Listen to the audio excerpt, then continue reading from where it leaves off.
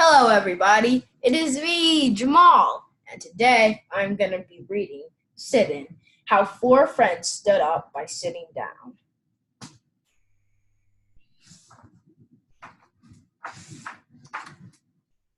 This has beautiful illustrations. We must meet. Hate with love. These were Dr. Martin Luther King Jr.'s words that got them started. Four hungry friends, eager to eat. Each took a seat at the Woolworth's lunch counter in Greensboro, North Carolina. David, Joseph, Franklin, and Ezel sat quiet and still with hearts full of hope. With Dr. King's words strong and close, they were college students with a plan. It was February 1st, 1960, which was it was yesterday, 40 years ago, I'm guessing. Yeah, probably 40 years ago. No, 50 years ago, because it's 2020. So, yeah, I guess 50 years. They didn't need menus. Their order was simple. A donut and coffee, cream on the side. Woolworth's was busy, so the friends waited, patiently, silently, without a fuss. They were the only black kids at the counter. David, Joseph, Franklin, and Ezel sat while everyone else got served. At first, they were treated like the hole in a donut, invisible. Others tried to ignore them. The waitress watched and refused them. This was a sign of the times. Whites only.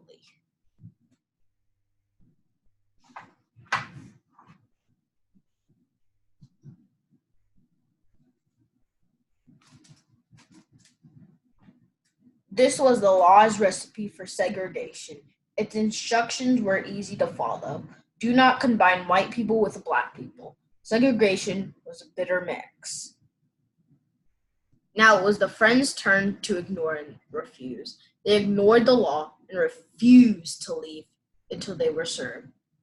Those kids had a recipe too, a new brew called integration. It was just as simple. Combine black with white to make sweet justice. For them, integration was better than any chef's special. Integration was finer than homemade cake. Integration was a recipe that would take time. That's some powerful words. Okay. So David, Joseph, Franklin, and Ezel sat quiet and still, with hearts full of hope. But Dr. King's words, strong and close, be loving enough to absorb evil. They sat straight and proud, and waited, and wanted. A donut and coffee with cream on the side. After sitting and waiting and wanting, a police officer came, but the four friends wouldn't leave. So they just weren't gonna leave. Even though the white cop tried to get them.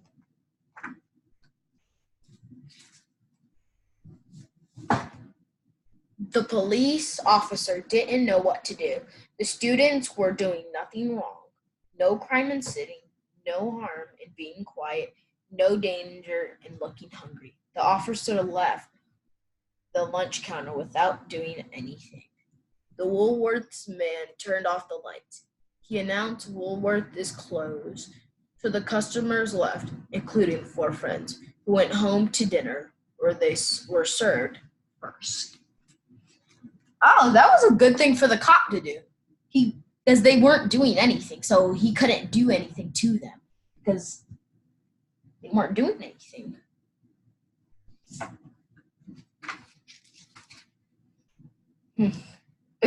They came right back. News had already spread about the sit-in. David, Joseph, Franklin, and Ezel got their names in the paper. The next day, February 2nd, 1960, That is today. Today is February 2nd, 2020. More students showed up at the lunch counter, sitting still for what was right.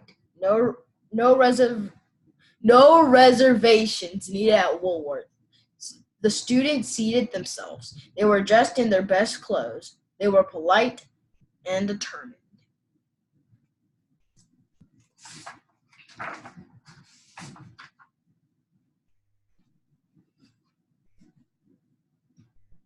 No guesswork for the waitress. The young people knew the menu by heart. They ordered. No food came. So they sat in silence and waited and wanted a donut and coffee with cream on the side. The waitress reminded them, whites only. But those kids wouldn't budge. They didn't move. Until they were served, they refused. All they wanted was some food, a donut and coffee with cream on the side. That's all they wanted.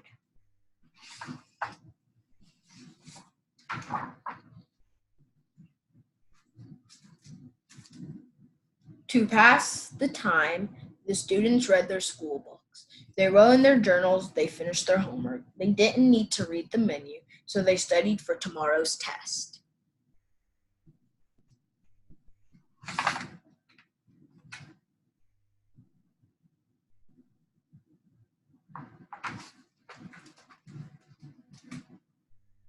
What had started in Greensboro spread faster than a grease fire. There were a lunch counter protests in Hampton, Virginia, Nashville, Tennessee, Montgomery, Alabama, Atlanta, Georgia, and many other southern towns. If lunch counters would go from whites only to all welcome, if segregation would turn into integration, if black people and white people could break bread together, everyone would pass the test. That's an inspiring quote. Everybody would score high, A plus, with that coffee and cream on the side. And those are all the people that are getting served. And those are the four friends right there. And they're still waiting. And those are all the whites waiting.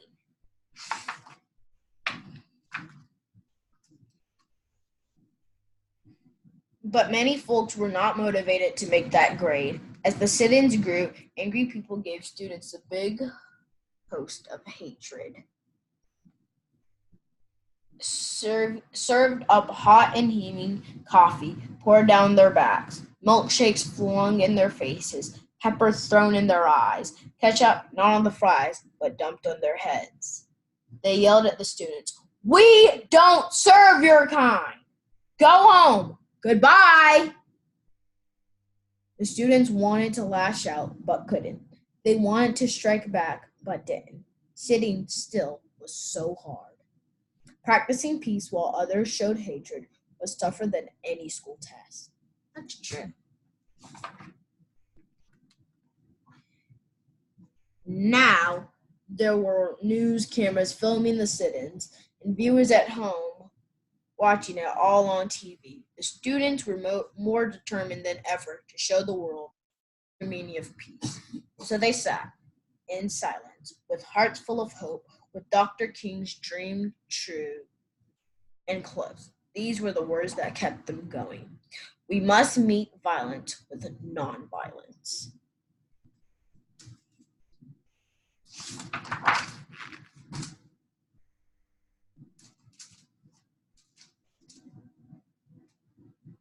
The student sat proud and still, and waited and wanted a donut and coffee with cream on the side.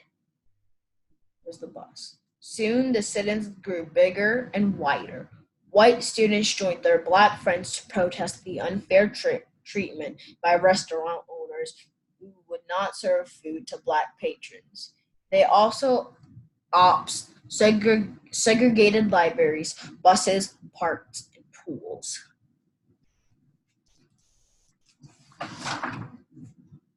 Hmm. That's actually really good of them to do. With so many students gathered, people got scared there would be fighting. They were afraid of all those youngsters grouped together for a cause. Even though the students were committed to peace, the police now took action. They accused the students of loafing. They arrested them. They took them to jail. The students didn't resist. They didn't fight. Instead, they sing freedom songs to keep the peace. They held Dr. King's words steady and close. Demonstrate calm dignity.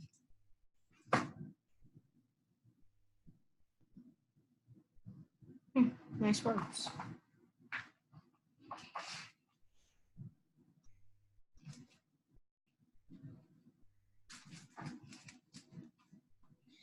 Student folks were so busy arguing about who was right and who was wrong that they stopped going to Woolworths and other segregated places. Some shops were forced to integrate to keep their business alive, but the struggle was far from over. In April, an activist named Ella Baker organized a student leadership conference at Shaw University in North Carolina to help the young demonstrators.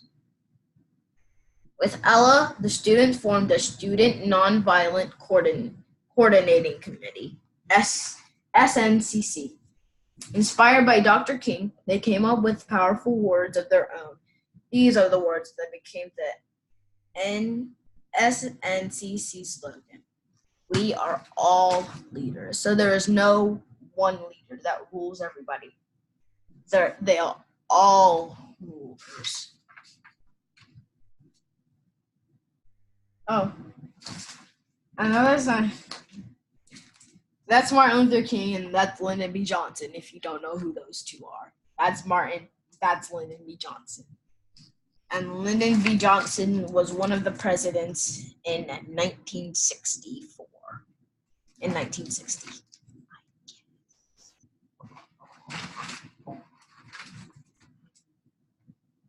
When President John F. Kennedy got a taste of SNCC's integration, he didn't sit in. He stepped in.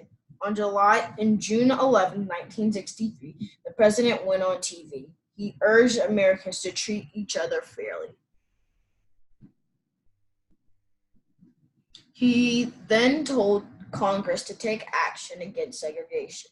This became the Civil Rights Act of 1964. On July 2nd, 1964, President Lyndon B. Johnson made the act a law. It banned segregation in public places. The hard-working courage of those brave students paid off. They had taken a bite out of segregation. Now it was time to savor equality. Now they were ready for a big sip of freedom. Their order was simple: a double dose of peace with nonviolence on top. Hold the hate, leave out the injustice.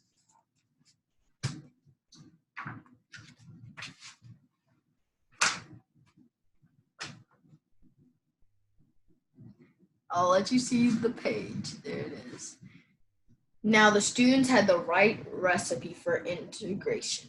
The steps were easy to follow. Start with love, add conviction, season with hope, extra faith to flavor, mix black people with white people, let unity stand, fold and change, sprinkle with dignity, bake until golden, serve immediately, makes enough for all.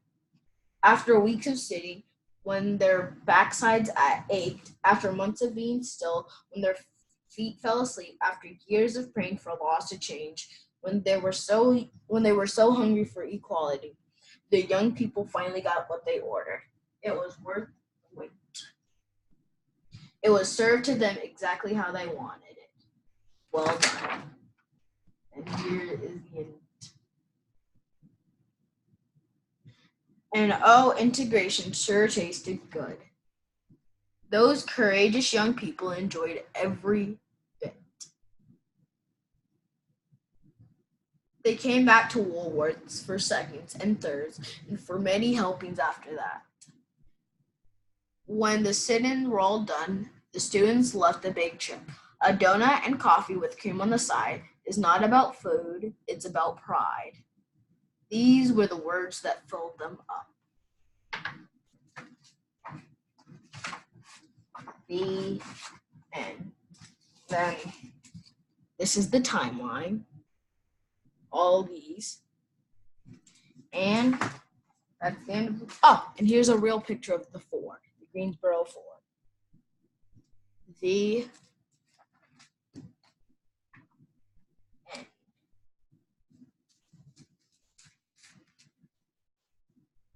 this is the 4. And so I hope you enjoyed this book. And don't forget to like, subscribe, share, and comment. Don't forget to hit that notification bell to get all notifications from my mom. Because this is a great book. So you should go check it out. It's called Sit-In, How 4 Friends Stood Up by Sitting Down. So guys, thanks for watching. We read to you. Bye.